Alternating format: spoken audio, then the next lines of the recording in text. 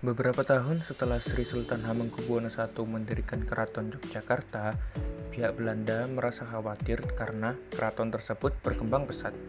Sehingga pada tahun 1760, pihak Belanda mengusulkan kepada Sultan agar diizinkan membangun sebuah benteng di dekat keraton. Pembangunan tersebut dengan dalih agar Belanda dapat menjaga keamanan keraton dan sekitarnya. Tetapi, di balik dalih tersebut, maksud Belanda yang sesungguhnya adalah untuk memudahkan dalam mengontrol segala perkembangan yang terjadi di dalam keraton.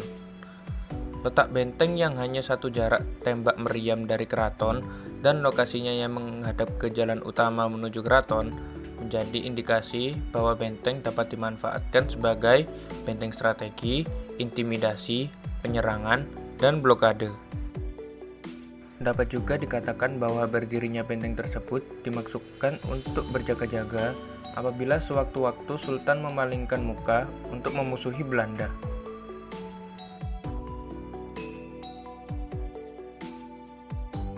Pada tahun 1760, pembangunan benteng dimulai dengan nama awal adalah Benteng Rustenburg yang berarti benteng peristirahatan. Pada tahun 1765, benteng selesai dibangun secara sederhana dengan keempat sudutnya.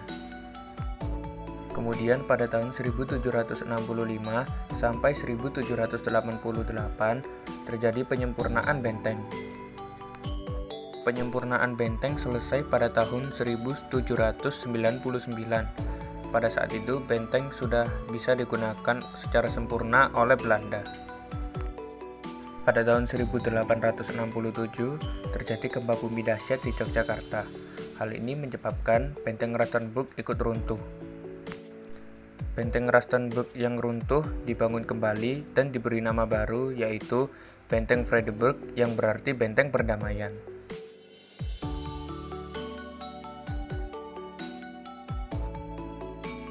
Berikut ini merupakan denah dari Benteng Vredenburg.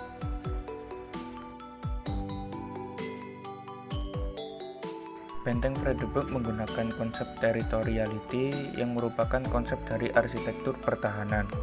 Hal ini bertujuan agar Benteng Vredenburg mampu mempertahankan dirinya agar tidak diserang oleh musuh.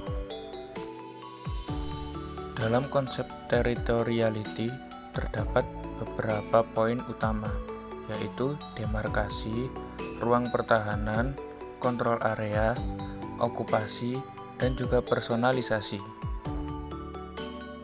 Demarkasi merupakan batas antara benteng dan lingkungan di luarnya.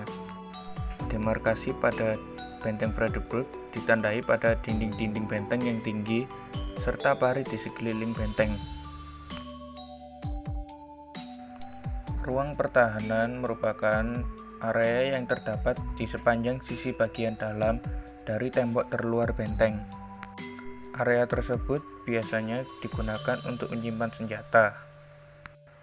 Selain itu, dinding benteng yang tebal dan tinggi juga merupakan salah satu bentuk dari pertahanan. Kontrol area merupakan area yang dapat melihat dan mengawasi keadaan di dalam benteng maupun di luar benteng. Pada Benteng Vredenburg, kontrol area ada pada area yang lebih tinggi di sudut-sudut benteng atau yang biasa disebut seleka atau bastion.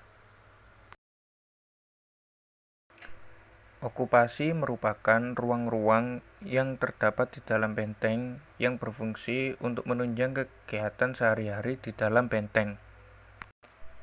Pada Benteng Vredenburg, ruang okupasi terdapat di tengah, di mana ruang tersebut terlindungi oleh bagian-bagian lain dari benteng, sehingga ruang tersebut merupakan ruang yang paling aman di dalam benteng. Personalisasi merupakan tanda pengenal dari sebuah benteng. Pada Benteng Vredenburg, personalisasi terdapat pada pintu masuk, di mana di situ terdapat nama benteng, bendera yang dikibarkan, baik di depan pintu masuk maupun di setiap bastion.